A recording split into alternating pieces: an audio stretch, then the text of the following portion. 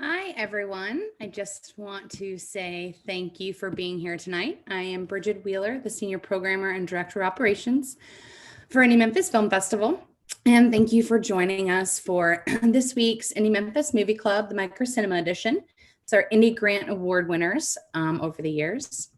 Before we get into tonight's program, we do have a couple of announcements. We just want to go ahead and let everybody know that our Indie Memphis Movie Club discussion next Tuesday. We're going to be taking the week off, but don't worry, we have rescheduled our Shoot and Splice with the amazing Beth Grant for next Thursday. So be sure to tune in for that. But don't worry, we will be back the following week with another amazing discussion for our movie club, and more announcements on that coming soon. First, we want to thank our Microcinema partner. Normally, this event happens at the Crosstown Theater every month. Unfortunately, we aren't able to do that currently, as you all know. So thank you to Crosstown Arts, specifically Justin Thompson, for all of your help each month with our programmers, or with our programs. And then also, speaking of Indie Grants, again, we are going to be discussing tonight's films that have been completed since 2014 through 2018. The program is going into its 7th year. We will be bringing Joseph Carr back a little bit later to talk more about the program and some of the changes that have been made for this year and how it's grown and expanded. But we do want to give a special thanks to our IndieGrant sponsors, and those include Mark Jones, Firefly Grip and Electric, Music and Art Studios, lensrentals.com, and Via Productions. So huge thank you to our sponsors. With that said, I would now like our filmmakers to join me. So if you would turn on your audio and video, we'll get tonight's discussion started.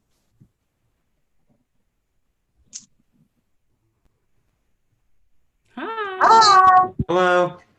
Hey, everybody. This is so exciting. Yay. Well, also with everybody coming, as you're coming back on, I just want to remind everybody that all of these films are available on our website. I believe there's a total of 8 or 9 films that are available at this time.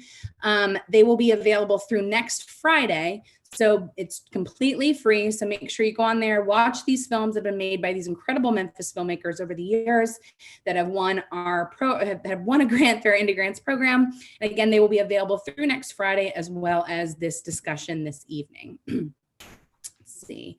Do we have Bart? I'm here. You have to let me back on. You've censored me, Bridget. I censored you. I'm so sorry, Bart. Maybe he's one of our troublemakers. Let's bring him back. Maybe. There he is. Hi, Bart. Hey. Sorry about that. All right. So I think where we're going to get started, since I said that this program is going into its 7th year, I want to start all the way back from the beginning. And we're going to just kind of go through the years. I'd like to talk a little bit about with each of you about kind of the idea around your film, if you want to kind of briefly recap kind of where the idea came from, and did it come before or after the Indie Grant program? Was it inspired because of, or was it one of those that you wanted to apply for finishing funds or things like that? And then along with that, if you could outline the package that you won, and then kind of what you intended the funds to be used for, but then what they were actually used for. And let's go ahead and start with Bart, one of our very first winners. I guess how Brugdig Dog came about. I had written an outline for a feature, and when the grant, when they offered the first grant, I thought, well, I'll just do a short version of that, and try to see if I can get funds. And to see if it could even work. So what I did was I just wrote the ending to the film, and so we shot the ending to the film, and we shot that as a short, and so it was a cool process to just take the ending of an idea and just shoot that part and see how it works. And it was funny because you can see aspects of it that work and don't work. As you can see with any film, it's like, yeah. So you kind of see the warts and all of it. But as for, I think at the time, it's increased. It's increased since then, right? I think at the time it was 7,500. You're muted, Bridget. Hi. I think it's still similar, but we've changed it a little bit this year. So I think there's some like in-kind that has changed over the years. Again, we'll have Joseph come and talk more about that. Yeah. So so the money was I mean, it was allotted in the way that we had hoped. We ended up raising a little more money and had a couple of other donors, and we got a couple of producers on board. Mark Jones and Ben Rednauer came on as producers. But I mean, I cannot preach the gospel of the Indie Grants anymore, just because it was such an amazing experience to just have that funding and not have to do a Kickstarter video and not have to go out and hustle and beg everybody to kick in some money. And so it was just it was a fantastic experience just having that money allotted to. It's like, okay, we got this money right now. We got this amount. How much can we make it work? So and it opened things up too. It's like I think originally the idea, do you want me to tell what the story's about, okay? So the story's about this kind of deadbeat dad, and when the outline of the script, he was sort of a handyman, and he kind of went from town to town, and I almost had a WKRP lyric in my head there, and I lost it.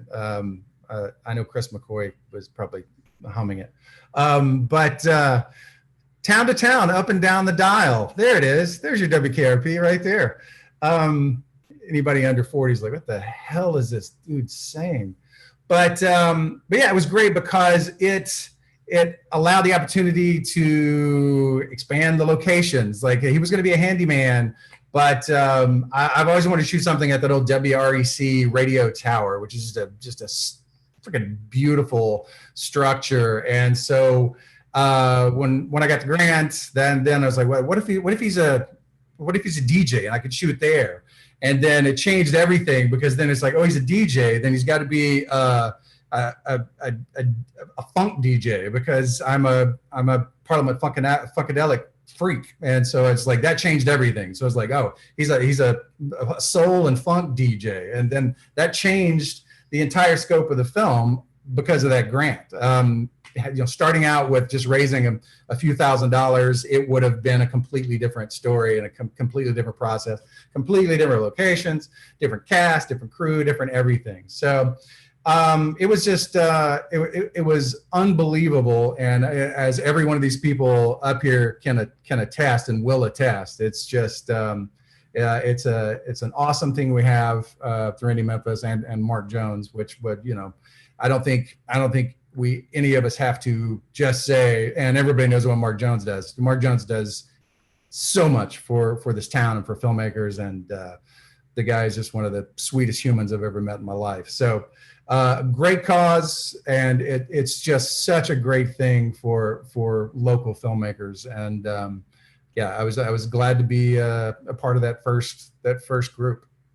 You're part of our inaugural group. It was so great. Thank you, Bart.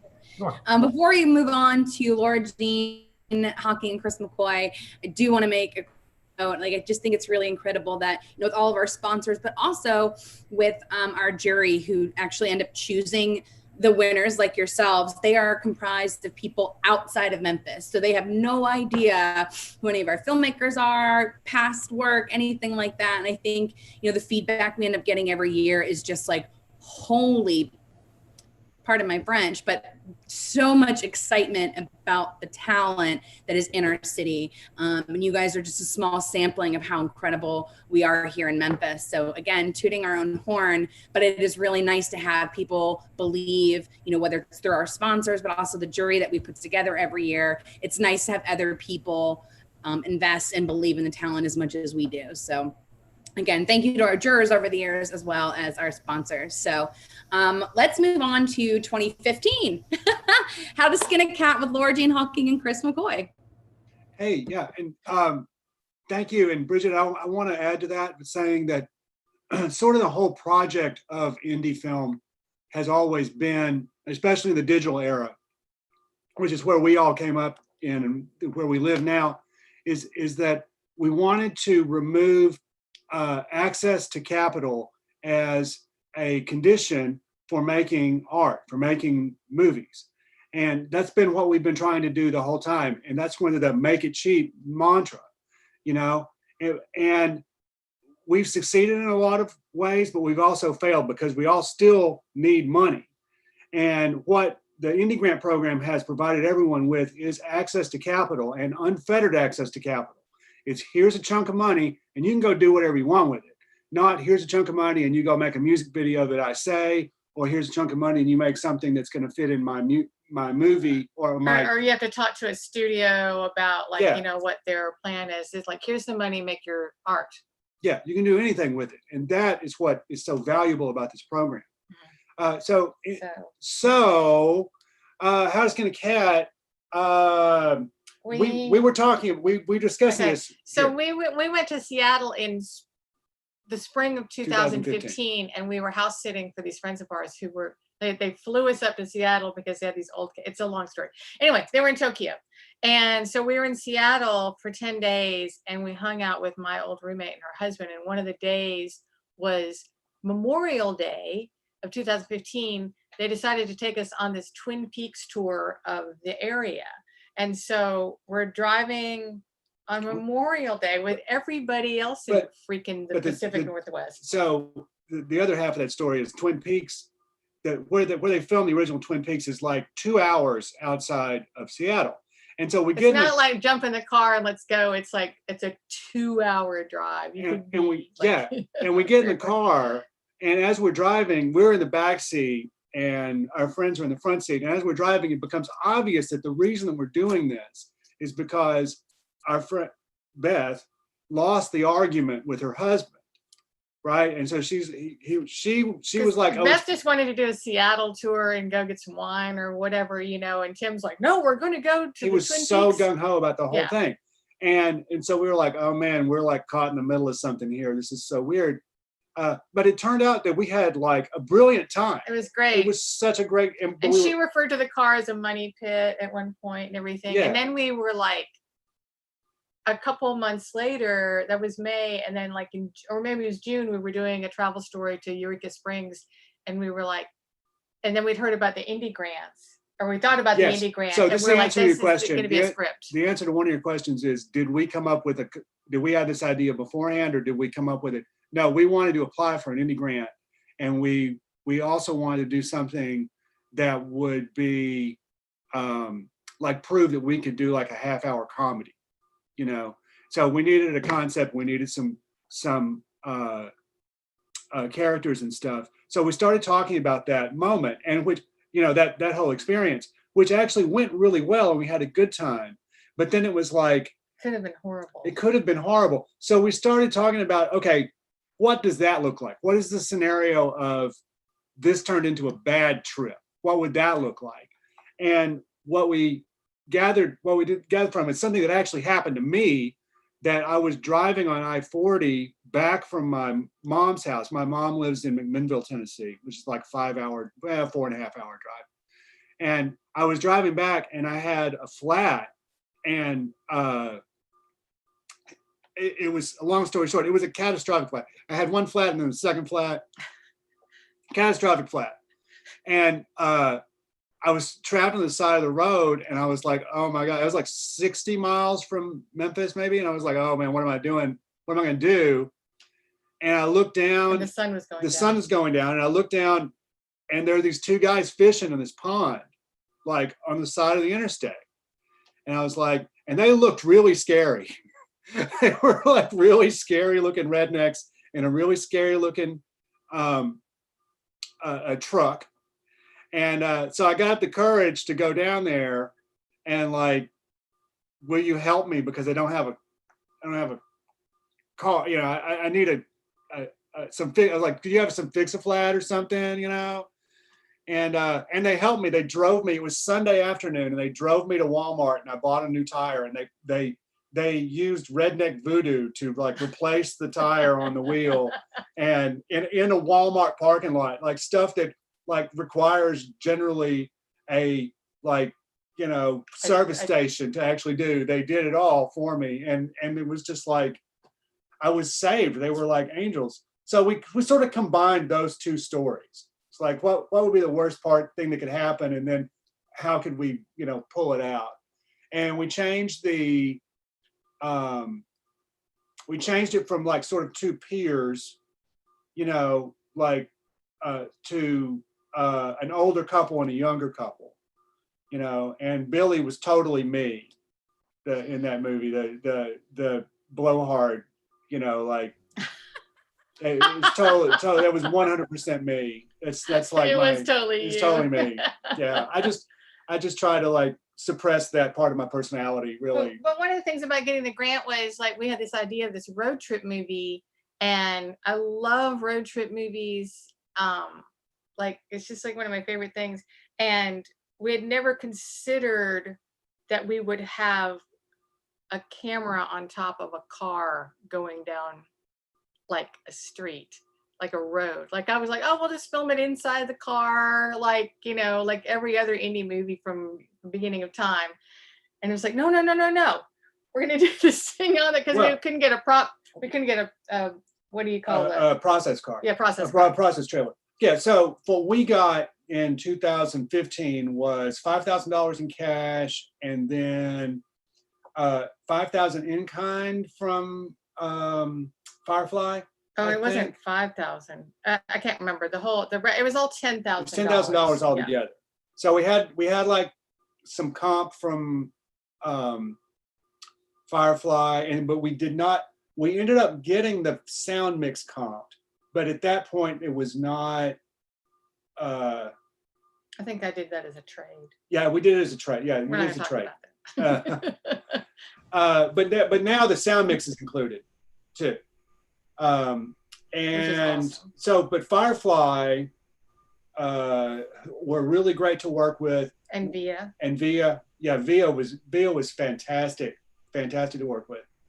I ended up we borrowed the station wagon from Melissa Anderson Sweezy, and so I ended up in the borrowed station wagon driving out to East Memphis to a parking lot to get the handoff for that Via camera, which was the big Alexa. Is a big Alexa that Via had, and as we're loading it in, because we're loading it in the station wagon, and it's like, he's like, this is $55,000 worth of camera here that I'm loading in your station wagon right now. And I'm like, oh, so I borrowed, $60,000 worth of borrowed camera and a borrowed car, and I'm driving it back to Midtown. And of course, you get on 385 and everybody's trying to run your ass off the road, But then we ended up, we got the hood mount from Firefly, and we ended up strapping this $50,000 camera to the hood of this car and running it up and down. Was it Macon Road? No, it wasn't Macon Road. It was Watkins. Right? Yeah, we ran it up and down a stretch of Watkins, up by Shelby Forest, and I was freaked out. I was just completely like a basket case like the whole time. So how we did it, we co-directed this. And basically, like, I directed the actors on the set and stuff. Mostly. And then she was responsible for post-production mostly. And we wrote it. And we wrote it together, and we like did all the production stuff and everything together. So I'm running it up and down the road, and I'm just a complete like emotional basket case the whole time. And they're because I'm like, there's $50,000 strapped to the hood of this borrowed car, and they were all like, oh, don't worry, that's why we have insurance and stuff. And I was like, yeah, well, you're not the guy that has to make the phone call and tells you, yeah, we ran over this $50,000 camera,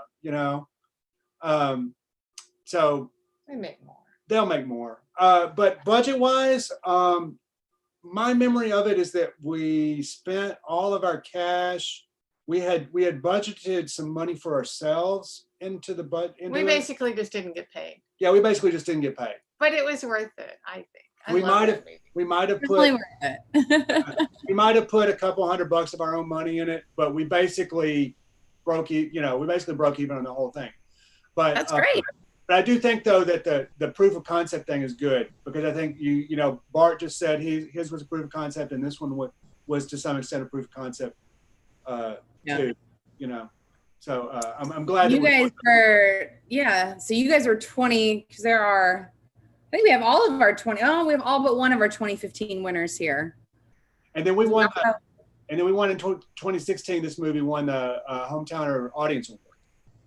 Oh, that's right. When it premiered at the festival the next year. So I was I'm very proud of it, and we absolutely could not have done it without IndieGrant. This movie wouldn't exist at all. So I'm really, really proud of it, and thank you. And Awesome. I just want more people to see it, like all my work, our work. Well, hopefully more people will watch it over the next, it's available the next week and a half online. So I'm sure we keep posting about it, because these films, I cannot speak highly enough of these films. So we'll move on from more 2015 films.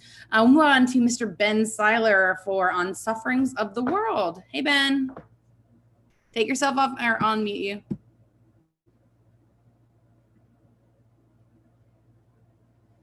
Unmute. Am I muted now? There you go. Can you hear me? Uh-huh. Okay. Clear. I guess you just want us to talk about the film. Yeah, talk a little bit about the film and kind of like where the, applying to the IndieGrant came in and which package you won and how that ended up benefiting your project. Okay. Basically, I had this idea. I want to also talk about the idea because the idea is more exciting, but also I'll talk about the money. Basically, I had a long time idea that I have friends who were in German literature and philosophy departments, and they'd always talk about Schopenhauer. And Schopenhauer was a larger than life personality who seemed to hate himself and hate everything about the world and express it in this like overly verbose philosophical justification where it's like the world is pain, everyone suffers, we all deserve it, just very just dark and sad. And obviously I think suffering from depression and just finding an excuse to vent rage. But anyway, so I always heard about him. And then I think in the modern area of like YouTube, I listened to some public domain LibriVox recordings of Professor D.E. Whitcower listening to or reading On the Sufferings of the World by Schopenhauer, and which is a beautiful, this hypnotic reading, which goes on and on about, just this basically non-functional crap about how we're all just horrible and doomed and awful things. And again, I think it's just an expression of depression on his part. But anyway, so I always wanted to make that movie. It was going to be there are 5 characters in it. I was going to be one of them. And I knew that Jessica Morgan had to star in it, and she had moved to LA. And I think Edward Valibus, who's a filmmaker here, who's also since moved to LA, he encouraged me to apply, I think, and I applied. And anyway, as a result, it surprised me that I got it. I applied for the small grant, the tiny grant. It was $500. I don't think there was in kind. There may have been in kind, but anyway, it was just $500, and that was more like it made me easy. So like if a problem came up, we could fix it with money. But Edward refused to be paid. I think maybe, and then Jessica really didn't want to get paid. And then I don't know if we paid Alexis. I forced Jessica to give her $100, and there was almost no expenses on the shoot. I don't remember what I spent the money on.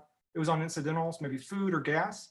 A lot of the places were donated. Bart Shannon donated a location, I know. Thanks, Bart. Yeah, thank you, Bart. And anyway, yeah, and it turned out well, I think. There are 5 characters, and Edward's first smart decision was to say, no, there's only 2 characters. And anyway, and then it became a collaboration of a lot of different things. But anyway, he pared it down, and his other really smart choice was he took my edit and his edit and he placed them on top of each other and then lowered the opacity so there's a blending effect. And that really opened it up and made it a much better film and made it a lot more memorable and matched the visuals to the audio. Yeah, and it turned out surprisingly well, and I was really excited about it and really excited about positive reactions. And I think Edward was happy. I think Jessica and Alexis were happy with it. The end. It's wonderful. It was a wonderful film. And you and Asia actually, we're about to segue too, because we have 2 IndieGrant winners here that won for won in 2 different years. I know that you and Asia were the last to win the $500 indie grant that was available that year. So before we transition, let's go ahead and transition. We'll talk about that one then, Asia, because I know, Morgan, you also won this year. So we'll go ahead and let you guys talk about both of your films, because I want to make sure that we get to our most recent winner completed project, Daniel Farrell with Tag. So if we want to go ahead, and we'll just go ahead and talk about both your films right now. Asia, if you want to go ahead. Okay. Hi. I started working on it early in 2016 because Could you it's specify really, which project for everybody? yes, the project is called Girls Like Me, a self-love story. And it got done because there was this bossy chick named Bridget Wheeler who got on my nerves and decided that she was going to torture me until I made my first film. And she dared me, and I didn't believe in myself at the time. So I started working on it, and then I got fired from my job. So I think about a week later, I was working on something else that went viral, and I got a little cocky, and I saw that there was an indie grant. It was $500, and I said, "Yeah, I can go ahead. I can fill this out. It's not a problem." Yeah, and I forgot about it. I forgot about it so much that I wasn't there the night that I won it. And she knew me by Asia Raison, and she didn't know me as Stephanie Watkins. So they didn't know who it was. So I didn't even know until I don't think I knew until that Monday or Tuesday that I just happened to go and I looked it up, and lo and behold, there it was, staring me in my face. And I just wanted to see her. Oh yeah, who won? Okay, Christopher Tracy, yeah, Stephanie White. Ah! It put me in a place where I had to go in and I had to go and do this film, which I'm grateful for, because I was already in the middle of trying to earn, go in. I was doing a GoFundMe, which was going nowhere. And I was out there by myself. So I ended up going in and taking that, trying to figure out which direction I wanted to go with it. And in the beginning, I'm not going to lie, it was really hard because I had no script. Fortunately, I have good friends who love to cuss me out. And they gave me the full Samuel L. Jackson speech and told me what to do. With that money, of course, taking care of other incidentals in my life, I came up a little bit short, and I had to find a camera, because that was the one thing that I didn't have at the time. I didn't have a camera, and that $500 took me a long way due to the fact that that was when I bought my first Sony. I named after my dad, so it's called Kenny Wayne. And I bought that. I called a lot of friends. I said, "Look, this is what I'm trying to do. I need you to show up." Da da da da. And unfortunately, I live in Midtown, so I just went all over Midtown doing what I needed to do in order to make the film. The idea for it was already there back in 2016 when my niece and I got to talking, and she was just going through so much, and I was trying to tell her about self-love and everything else. And strangely enough, I was getting into different things like crystals, orishas, and everything, and I was trying to find a way to help her. So when the film got made, strange enough, after I went back and I looked at it, I said, wow, I lined everything up together in that same way with the orishas and the crystals and talking about these different colors and different things, and didn't realize how much of an experimental short it was. So once it was done, I was nerve-wracked because I kept thinking to myself, they're not going to look at this. They're going to say she spent $500 on this. And it was my first film that ever got shown on a large screen. And if anyone knows me, I'm a big crybaby, and that's all I did. I cried a lot. And every time it's been seen, I've cried a lot. That film is taking a life of its own. It's got, I think, 16 laurels now. It's still being played. A lot of women, they use it for different conferences and everything else. And it's crazy because they're like, there's got to be a guy version. You got to do a guy version. And I definitely want to do that now. So that was always a big thing. So that's my 2016. And that's all I'm going to say about that. Yes, I'm sorry, I misspoke. That was 2016 and not 2015.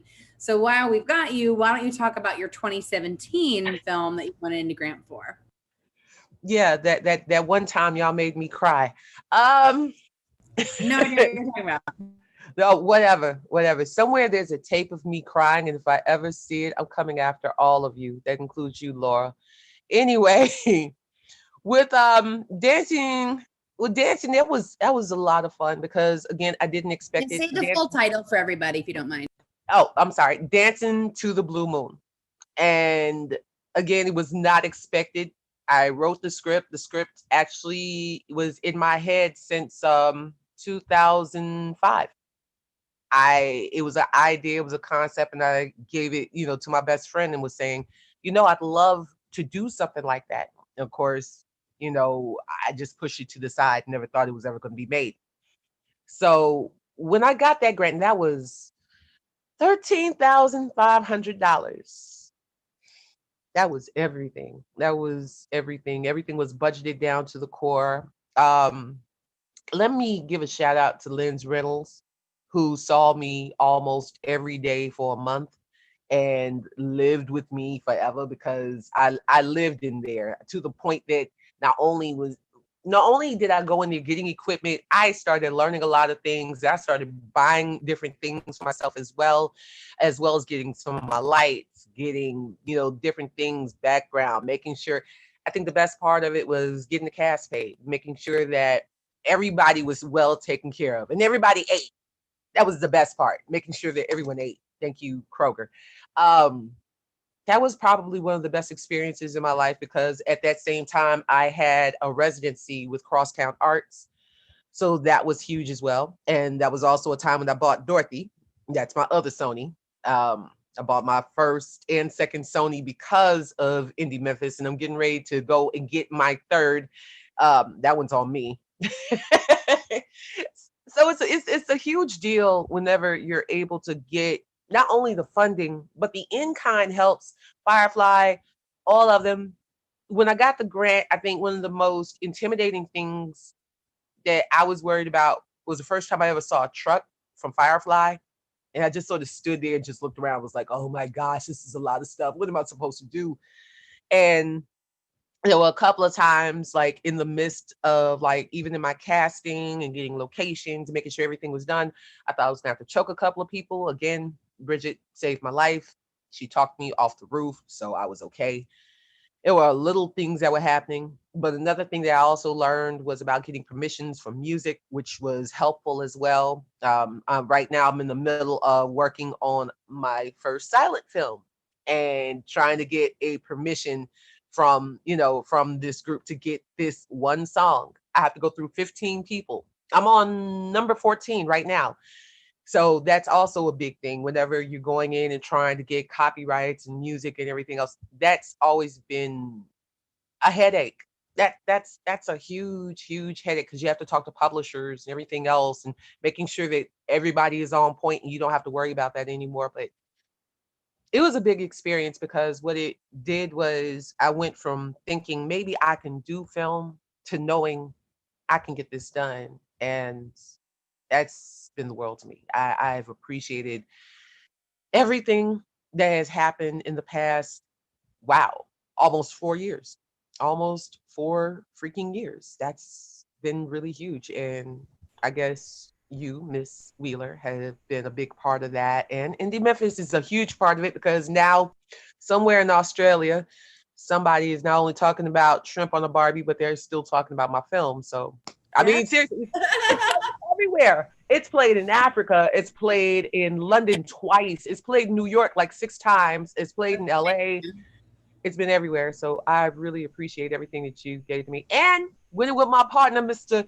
Morgan John Fox. So that's always a big thing too. Well, Asia, thank you so much. And thank you for your continued commitment and dedication to your craft. Obviously, we love your work as we love everybody. So thank you guys for continuing to pump out such amazing work. So that said, we'll go on to Morgan John Fox, who also won 2 years. He won in 2015 as well as in 2017. So if you want to go ahead and take it away, Morgan. Yes. Hello. Thank you for having us. And I echo the sentiments about the Indie Grant program and how incredible it is. There's nothing you can say other than that. It's amazing, and I think the fact that it will continue to exist is really important to the future of, you know, keeping these filmmakers working and finding new voices. So, thank you all for letting that happen.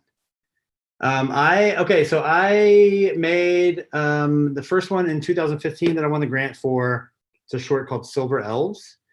And it was inspired by this story from Memphis Magazine that I read in like 2008, somewhere around there, about a college student who went to Rhodes who went missing mysteriously in the late 90s.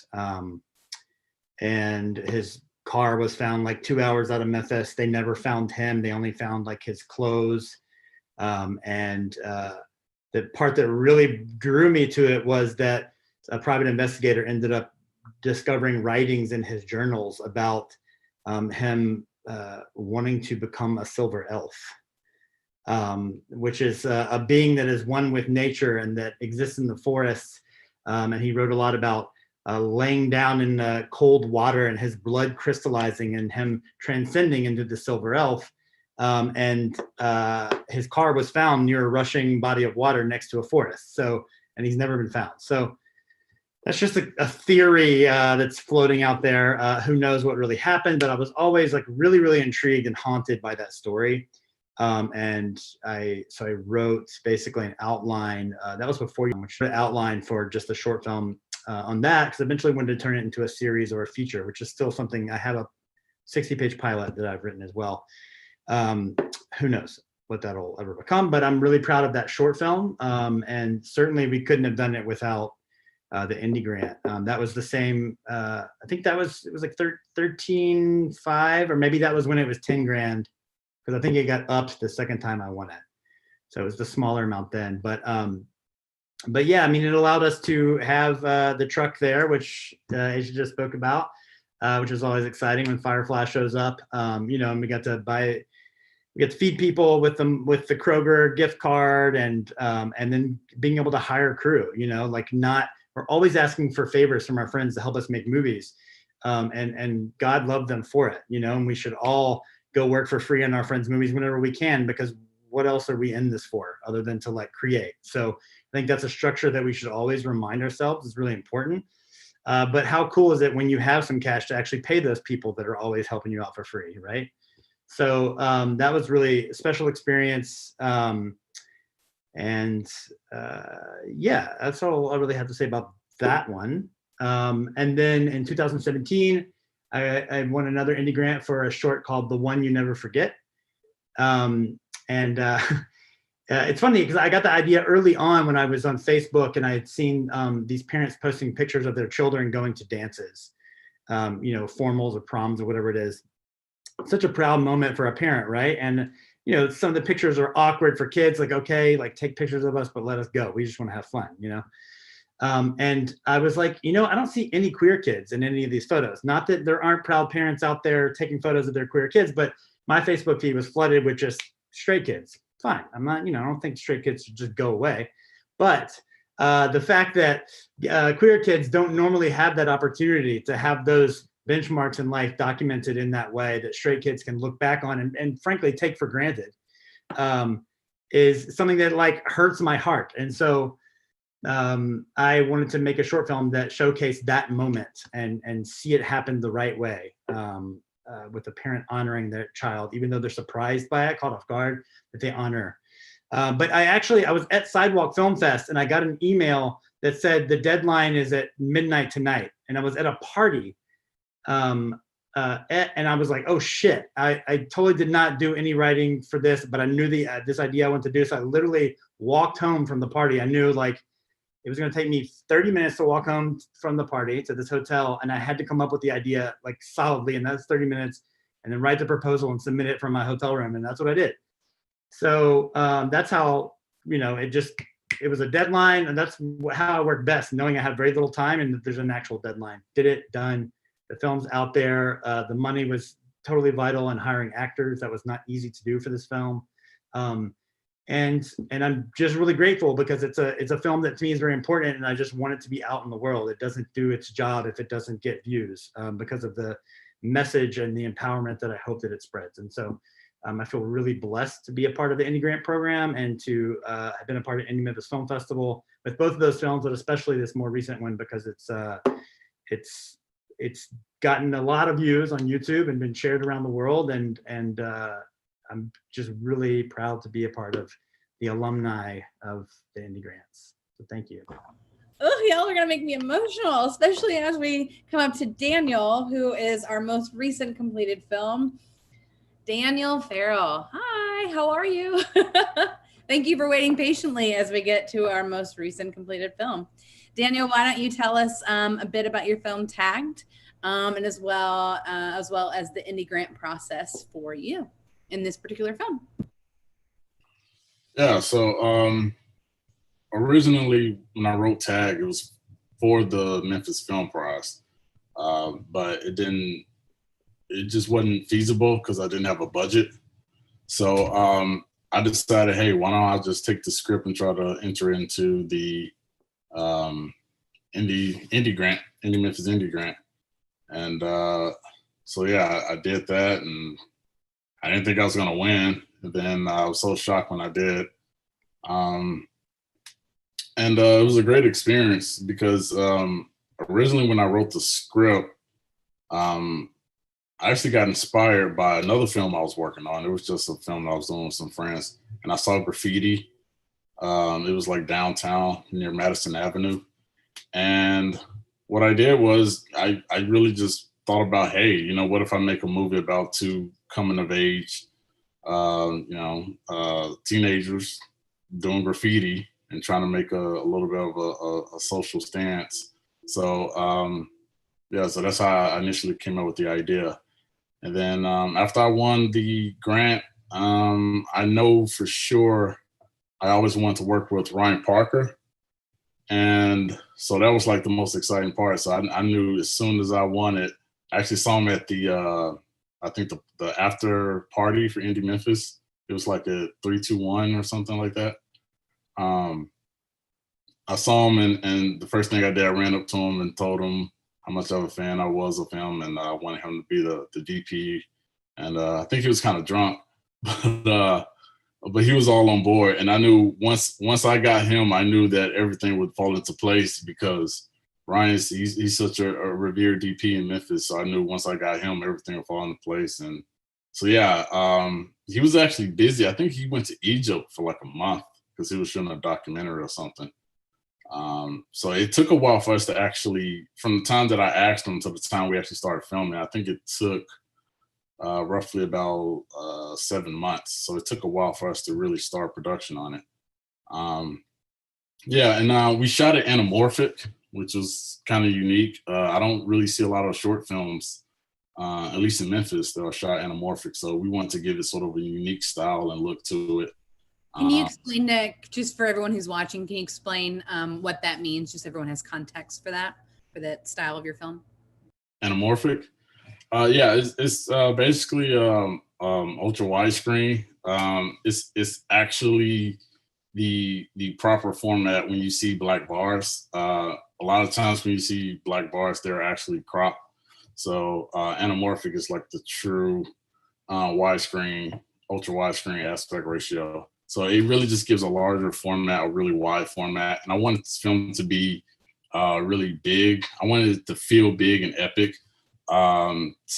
Originally,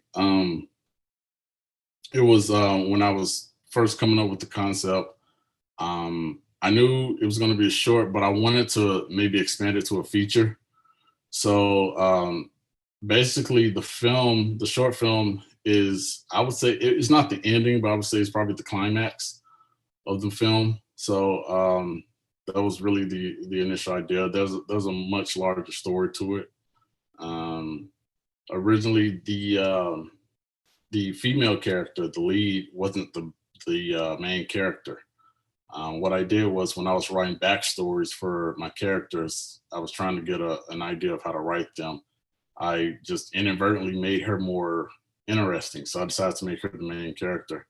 And the male lead, he was actually a little bit based on me myself. So that was kind of interesting. So yeah, I'm still hoping one day I can make the feature film. It didn't do as well as I hoped it would in the festival circuit. It's still in the festival circuit right now. But like, you know, I had like really big aspirations. I want to like go to Sundance and stuff, but you know, I'm not discouraging anything, but you know, but yeah, that's pretty much it. It was a great experience. The Indie Grant is I mean, winning that really just inspires you, and I just really hope that my film inspire other people to submit and, you know, just really go for it, because I can tell you I did not think I was going to win. So I feel like, hey, if I won, anyone can win, because all it takes is a lot of dedication and you know, perseverance to really just go after it if you really believe in your story. So I think that was really important. And it's really cool hearing about how you shot that film, because there's just something about that film that it's so visually stunning and so striking. Even your still photography, like just going through, like putting your film back up on the website again, I'm like, God, which still do I use? So kudos to the decisions that you made in the film that became from that, and just everything about that was just so gorgeous. A couple of questions have come in, but I have been keeping track, and I think we've covered most of them, I would say. But I think in order to wrap this up, what I would really like to do is kind of do like this back and forth, where I'll start with one of you, and each one of you will pick a filmmaker that hasn't been picked yet to ask them a question. And once you answer it, you'll ask another filmmaker a question. I think sometimes it makes for far more interesting conversation.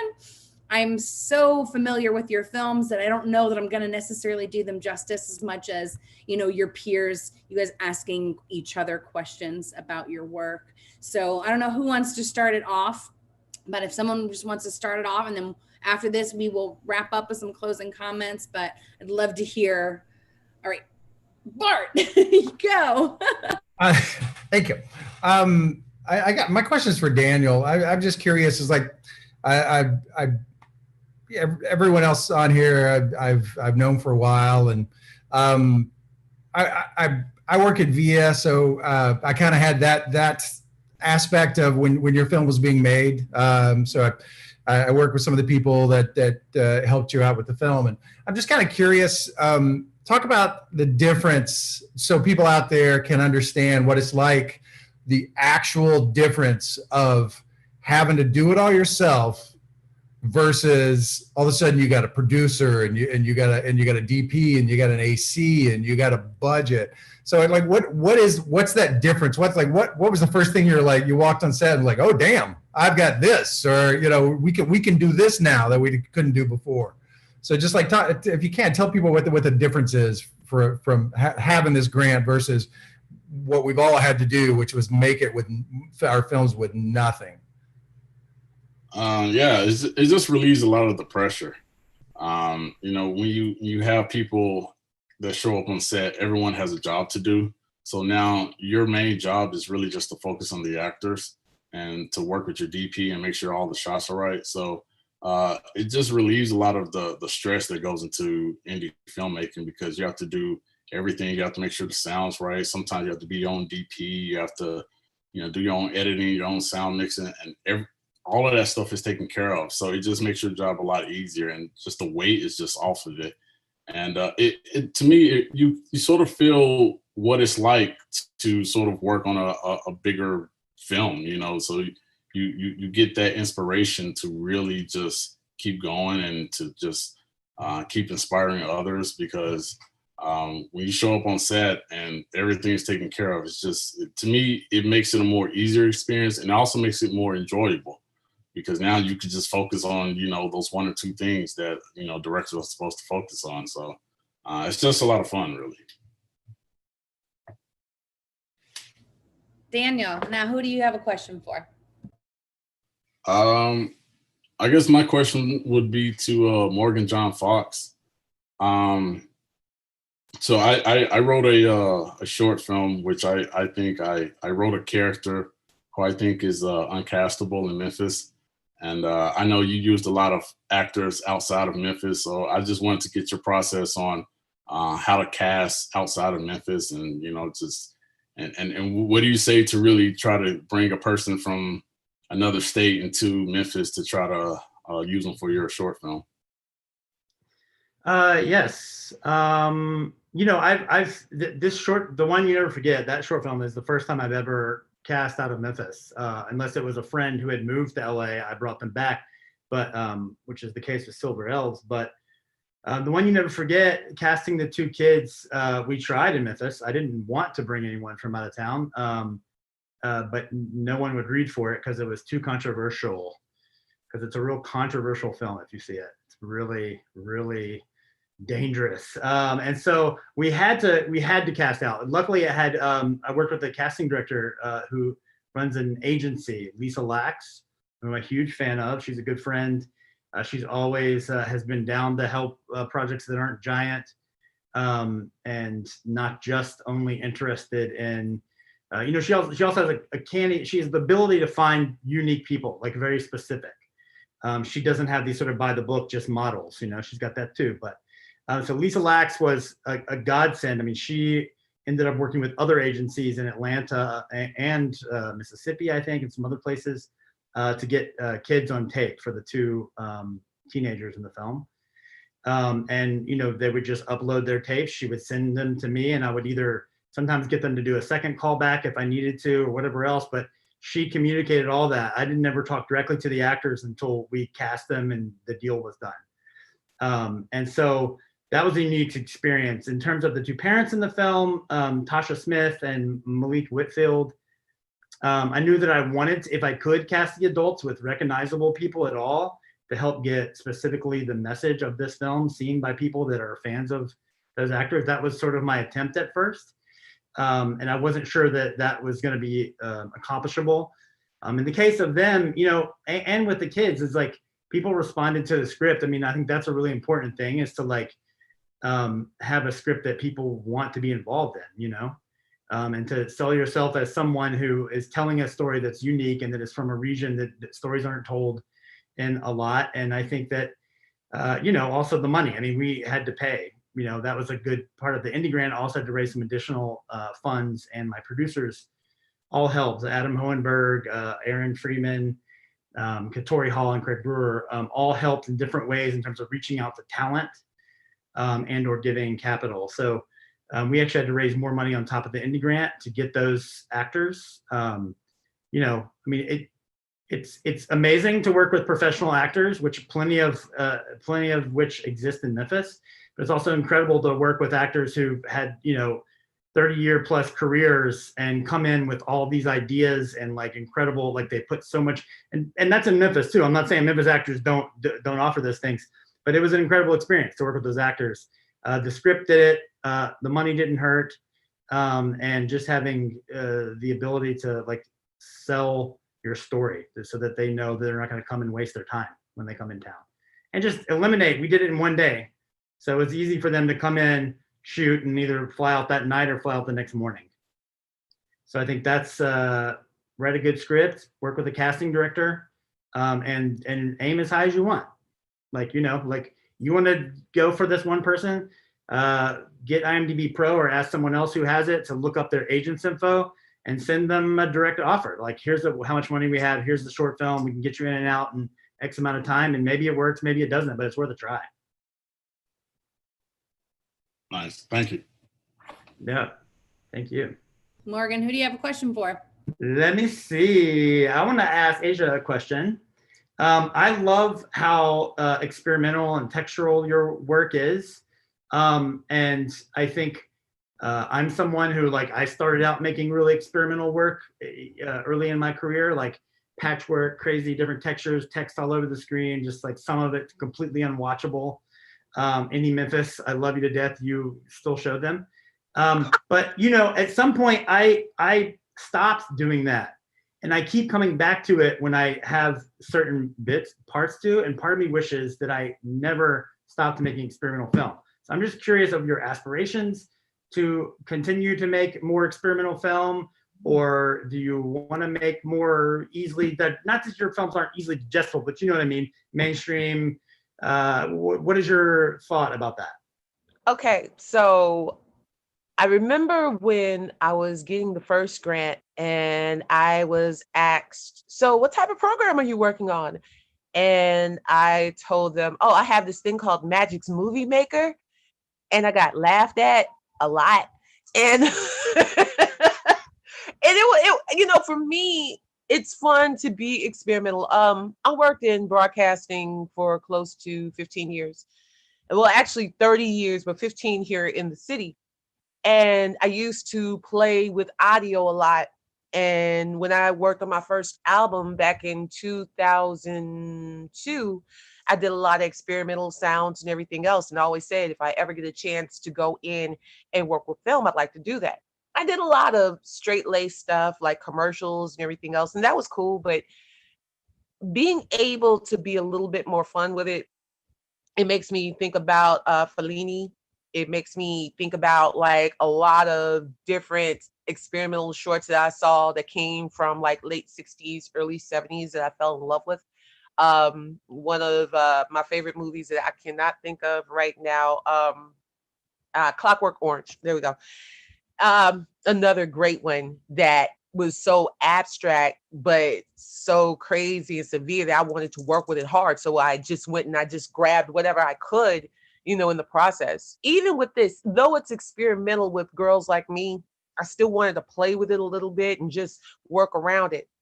I'm working on another experimental, which is like a silent film, but it's a little bit more straight laced. So you'll see it in the next couple of weeks. That's all I'm going to say about it right now. But that's probably the second straight laced, because though I had fun making dancing, at the same time, I love being experimental. I love being a little crazy and loopy with it and just playing with it like a crazy music video or somewhat. I am a 70s baby, 80s teenager. I see music videos, Friday night videos, all those things, and you just want to play with it and work with it. So it's always been common to go and take a little bit of my life, a little bit of that reality, splash a lot of paint and everything else with it. So that's what I do. But for the record, I did want to throw in, thank you, Indie Memphis, for making me learn Adobe Premiere.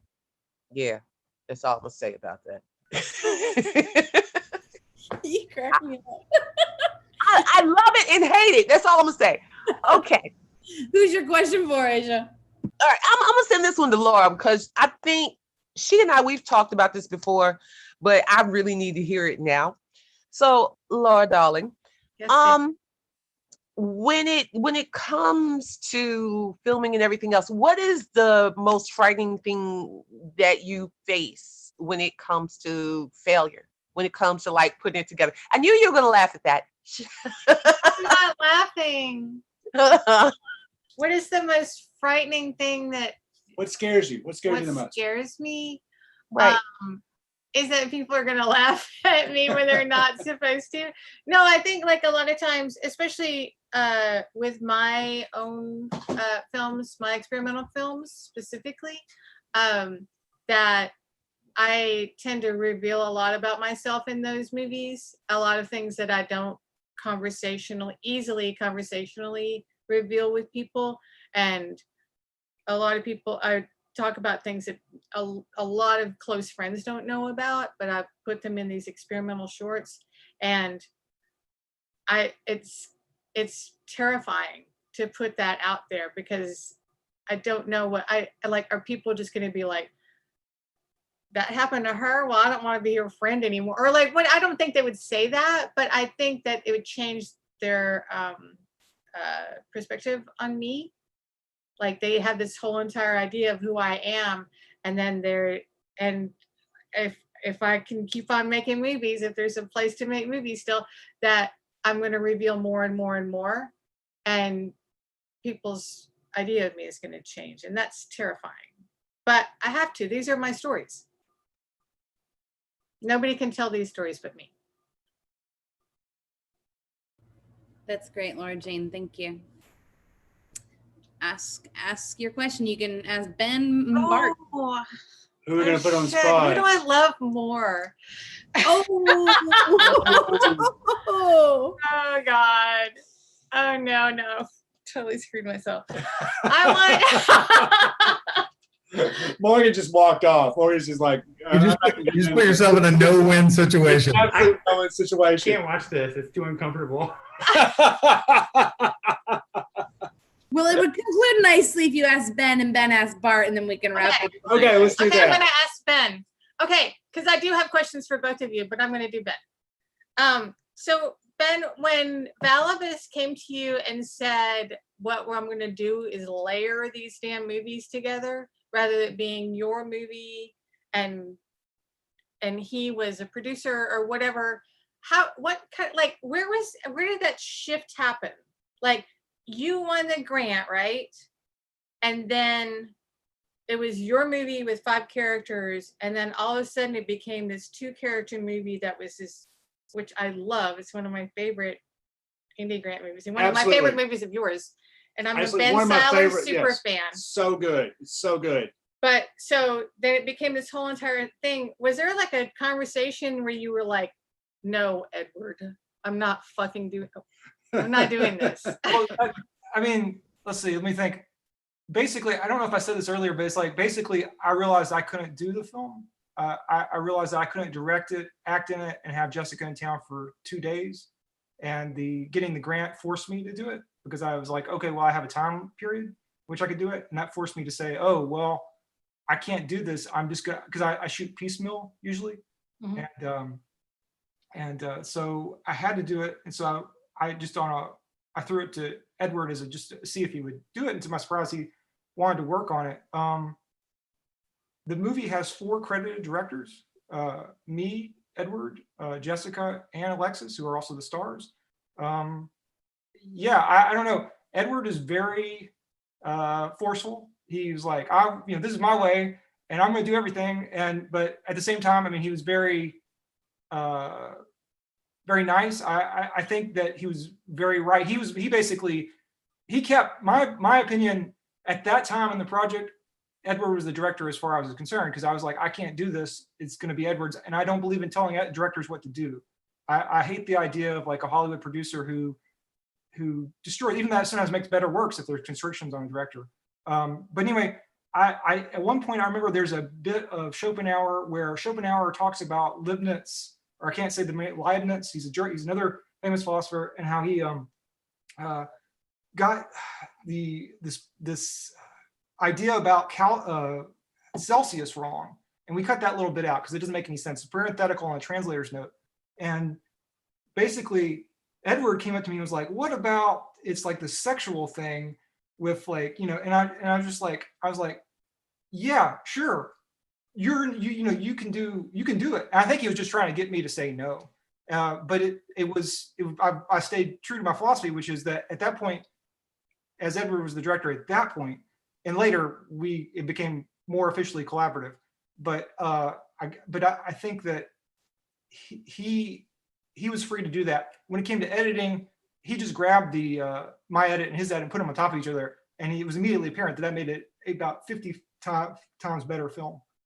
But thank you. But you didn't ever have a feeling of like, damn it, Valibus, you stole my movie, or you muscled me out of it, or anything. He caused the movie to exist. I couldn't have done it on my own. The idea of me, I shoot piecemeal over a long period of time. And the problem was Jessica lived in LA, and I thought I would spend the money on Jessica's plane ticket, but she said, no, I'm going to go home to Nesbitt, and I will, it'll be my vacation. I'll just stop in Memphis for a weekend, and you don't have to pay me to fly. And so, yeah, anyway, I don't know. There was never, I just don't believe, I have no ability to tell directors what to do. I don't believe in telling directors what to do. I think they should be free to do whatever the hell they want to do. And I think I'm not, yeah. And at that point, but later he was like, no, this is collaborative. We're all directors and we're all collaborating. And it was, and different people contributed different things. But I think I made the right decision in not arguing with Edward a lot. I wasn't trying to. Yeah, I don't know. I wish we had Edward here. But I think, yeah, I don't know. I feel like a lot of times in projects, when you collaborate, they go in a different direction than what you want. Like, and you're just like, you're watching a car drive away and you're just all alone. And you're like, oh, well, I guess the movie that I thought of is gone now. And with this project, there was a earlier rough draft that I really liked. I really always fall in love with rough drafts. And this is apparently, there's a term for this called temp love or something. But I always like rough drafts. And I wish I had saved a rough draft of like 2 times before he stopped, because there were a few little crossfade effects that he kind of lost in some of his iterations. And I would give him, I like this. And I finally was just like, I did say, just stop messing with it, because you're taking out all the stuff I love. I think you And then sent us some of those.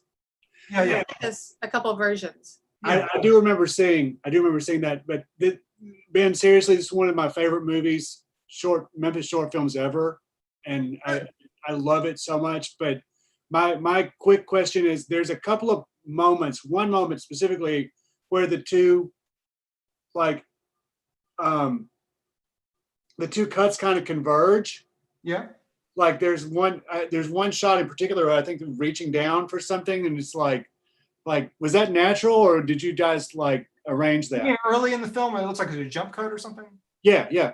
I don't know. I think that may be, we'd have to ask Edward, because he did that at that point. And so I think at that point we had been through so many drafts that I don't know if I don't know if I ever, that may just be a mistake or a choice. It wasn't my choice, but I do think I know what you're talking about. But I think it's just fascinating, because there's these images are like swirling together, and then all of a sudden they sort of coalesce for a second, and then they like break apart again. It's just fascinating watching it come together. Yeah, the crossfade things is really beautiful, and it really saves it. And it was just him, I think, being frustrated with my editing, and then taking his editing and just changing the opacity. And it really blessed to have him help with that and solve that in some way. Okay, thank you for the ego building up. It's very sweet. I guess my question for Bart, and thank you, Gosser, for the praise, and thank you again, Bridget, and thank you everybody. For Bart, was there anything you did in your application that you felt caused your application to be selected as a grant winner? Bart? I'm thinking. Oh. I'm thinking. Nothing comes to mind. I have submitted other applications to the IndieGrant before and have been denied, and a couple of them I thought were particularly strong, and I'm trying to think. I really can't think of one aspect that was in that application that wasn't in another one that was like, this is it. This is that thing that's gonna make it work. So not really. And to be fair, it was 2014, so my attention span and my memory's like that big. But yeah, I don't really recall anything in it that was different, other than, like I said before, it was a treatment for a feature that I'd already worked on for a while. So I already kind of had an idea of what it was, and I knew there was only going to be a portion of it that I could use in the grant. So that's when I thought, oh, the end would be a nice little film. So I guess I had already batted the idea around enough where it was a real thing, where it wasn't sort of a loose idea, which that is something that has happened in some of the other grants I've applied for, where it's kind of like, well, I like that idea, and I think it could be this, and I think it could be that, and it was more in the ether, and it wasn't something as concrete. But on this one, it had already went through a few revisions, and the characters had developed a little bit. So I guess maybe, I'd like to think it's the program selectors who could see that it was the strength of the characters were already there. Well, I guess if you're giving advice to people watching about how to get a grant or to win a grant, would you say you go with more provocative, you go with political sensibility, what do you do? What's the game plan to win a grant? Well, I have noticed that the trend over the last couple of years, it does seem to be provocative does help. I think it was last year or the year before. It was I had another idea that I had fleshed out, similar to Broke Deck Dog, where it wasn't just a loose idea that I was coming up with at midnight the night before, which I have done several times, Morgan, as well. It's like, I got to crap this thing out. It's due at midnight. I want to submit. But yeah, that's a good question. I wish I had a better answer for it. But I think the last one that I submitted was, I thought it was pretty strong, but I think it was fairly safe. So take that how you will, but I think it was a fairly safe idea. It was sort of just like a character study idea. So Executable. Yeah, that's it. That's real quick, I know Laura Jean wanted to say something before. So last year, Joseph did a shoot and splice, and or there was a shoot and splice, and Joseph Carr's part of it was applying for grants. And it was really, and I applied for an indie grant, I didn't get it, but I learned so much about applying for grants from that shoot and splice. And if we could have another shoot and splice, and it would be great to do it virtual, and it was just like, he put up all this text, and this is a thing you need to shoot for, and people talking about applying for grants. It was really, really, really great, and I learned so much, and I think it was so helpful to a lot of people, because we're not in a grant kind of mindset usually. So what do? Give me money. I'm glad you said that, Laura Jean. It's an excellent segue, because if anybody has any questions, this is for our Memphis residents, obviously only, Indie Grants. You can go to indiememphis.org/2020-Indie Grants. All of the information about our Indie Grants program this year is on that page. Important date to remember is that the deadline is Monday, August 2nd.